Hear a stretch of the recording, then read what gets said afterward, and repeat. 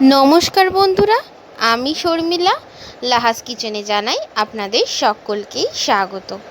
আজকে আমি আপনাদের জন্য নিয়ে এসেছি মটর ডালের বড়া দিয়ে মোচার ঘন্টের একটি দারুণ রেসিপি। মটর ডাল দিয়ে মোচার রেসিপিটা কিন্তু ভীষণ একটি ইউনিক রেসিপি, তাই চলুন রেসিপিটা আজকে শুরু করা যাক। প্রথমে আমি 50 গ্রাম মটর ডাল জল দিয়ে ভিজিয়ে রেখেছিলাম। এরপর আমি মটর ডালটা মিক্সিতে পিষে নিয়েছি।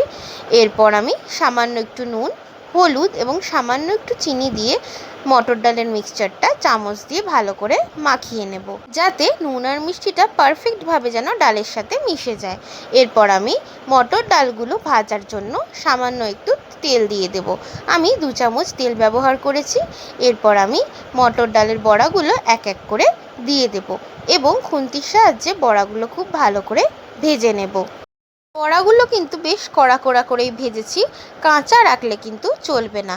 এরপর আমি ওই বড়া ভাজার তেলেই গরম মশলা ফোড়ন দিয়ে ওই ফোড়নের মধ্যেই দিয়ে দেব গোটা শুকনো লঙ্কা, একটা তেজপাতা আর হাফ চামচ গোটা জিরে দিয়ে ভালো করে নাড়াচাড়া করে দিয়ে দেবো ডুমু ডুমু করে কেটে রাখা আলু দিয়ে নাড়াচাড়া করে দিয়ে দেবো সামান্য একটু নুন এবং সামান্য একটু হলুদ গুঁড়ো।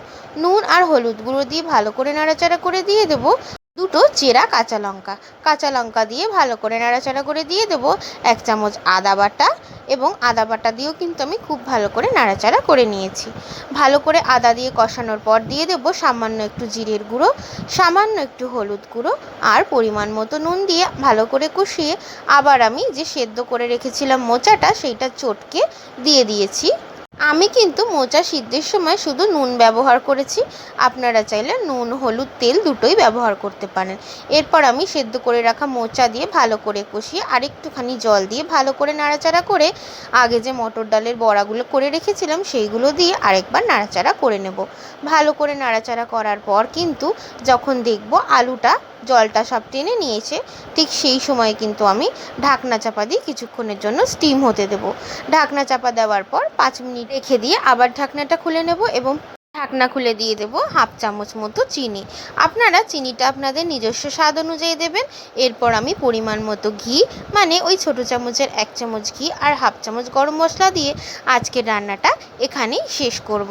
খুব ভালো করে কষিয়ে নিলেই কিন্তু রেডি আজকের আমাদের রেসিপি মটর ডাল দিয়ে মোচা ঘন্টের এই রেসিপিটা। সত্যি বলতে এই রান্নাটা কিন্তু অনেক পুরনো দিনের রান্না। আজ আমরা এইসব রান্না কিন্তু ভুলতেই বসেছি, তাই দেরি না করে চটপট বানিয়ে ফেলুন আজকের এই রেসিপিটা। আজকের আমার এই মটর ডাল দিয়ে মোচা ঘন্টের রেসিপিটা কেমন লাগলো অবশ্যই কিন্তু জানাবেন। ভিডিওটা ভালো লাগলে লাইক, কমেন্ট, শেয়ার করতে কিন্তু একদম ভুলবেন না। আর এই রকমই মজাদার রেসিপি দেখার জন্য কিন্তু সাবস্ক্রাইব করে নিতে হবে লাহাস কিচেন চ্যানেলকে। চ্যানেল সাবস্ক্রাইব করার জন্য চলে যেতে হবে ইউটিউবে আর সার্চ করে নিতে হবে লাহাস কিচেন চ্যানেলকে। চ্যানেল সার্চ করে অবশ্যই সাবস্ক্রাইব করে দিতে হবে এবং বেল নোটিফিকেশনকে কিন্তু অলে রেখে দিতে হবে। আর যে সকল বন্ধুরা এই ভিডিও ইউটিউব থেকেই দেখছেন তারাও কিন্তু ভিডিওটা লাইক করে অবশ্যই সাবস্ক্রাইব করে আমার এই ছোট্ট ইউটিউব পরিবারের সদস্য হয়ে যাবেন। আজকের রেসিপি এইটুকুই। দেখা হচ্ছে আরেকটি কোনো নতুন আর আরও মজাদার রেসিপি নিয়ে। তাই সবাই কিন্তু খুব ভালো থাকবেন, সুস্থ থাকবেন। আজকের মতো আসি, টাটা।